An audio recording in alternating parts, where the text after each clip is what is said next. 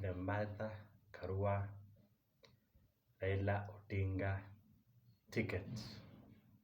Yesterday, the Azimio presidential candidate gave the direction and appointed Martha Karua as the running mate and the cabinet secretary, constitutional affairs.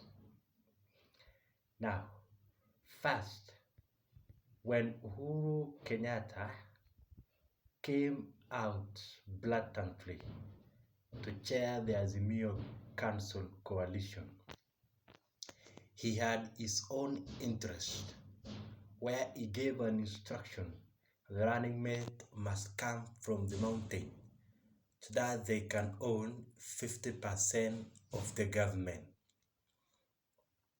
With that in consideration, the president then directed that the running mate must come from the mountain. That is why it attracted the contestants like Peter Munya from Mount Kenya East. We had Sabina Chege from Mount Kenya West. We had Lee Kinyanjui and Martha Karua. Those were the people, and Peter Kenneth. Those were the people to be considered as the running mates. After that consideration, first person, Peter Kenneth has been branded as a bigwig. He once contested for presidency, but he lost. He went to the Nairobi governorship and lost. So yes, he might have qualified in some credentials, but in numbers, get him out of the list. Second is Sabina Chege, just a mere women rep from Muranga. Sabina Chege still requires a lot of molding to reach presidential standards. No numbers. Third was Peter Munya. At least he has numbers, good mobilization skills, and he has the best political oratorship skills. So I think he can counter Rigathi. But due to where he comes from, that is the Mount Kenya East, he was dropped. Coming to the last one, Martha Karua. Despite that Martha Karua can give good stature credentials in terms of law perfection, in terms of a good track record, in terms of a clean integrity, then that and a lot of principles. But switching to politics, which is a game of numbers and interest, Martha Karua stands to be excluded. She contested for presidency in 2013. She garnered 43,000 votes. She contested for Kirinyaga gubernatorial seat. She lost and even ended up in court.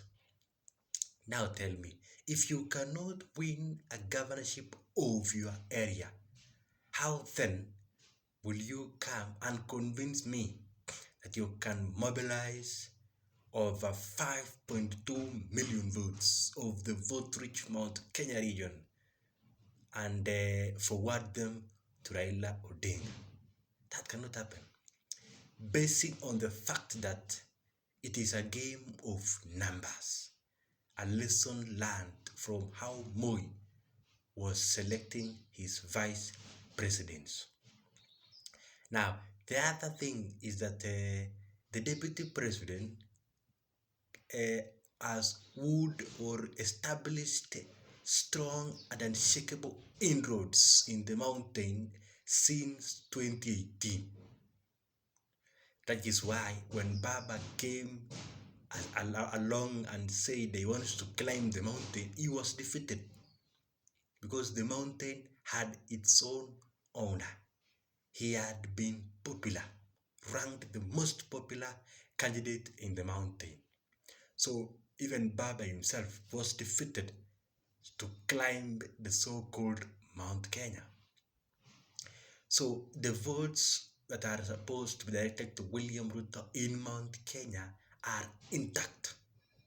Leave alone the celebrations you saw after naming RARUA. Those are just celebrations. You must celebrate. But when it comes to votes, the first visitor will be given the reserved votes for that person. Now, the Martha Raila, the so-called RARUA ticket, will not shake any rock in Mount Kenya. Yes, there'll be some mild tremors, but I'm confident that there will be a small effect in the mountain which can be solved very fast. We settled, the Kenya Kwanza coalition settled on Rigathi Gachagua in consideration of mobilization skills and numbers, not principles, which doesn't matter in politics, and integrity. This is a game of numbers, not a competition in church. My guess is as good as yours.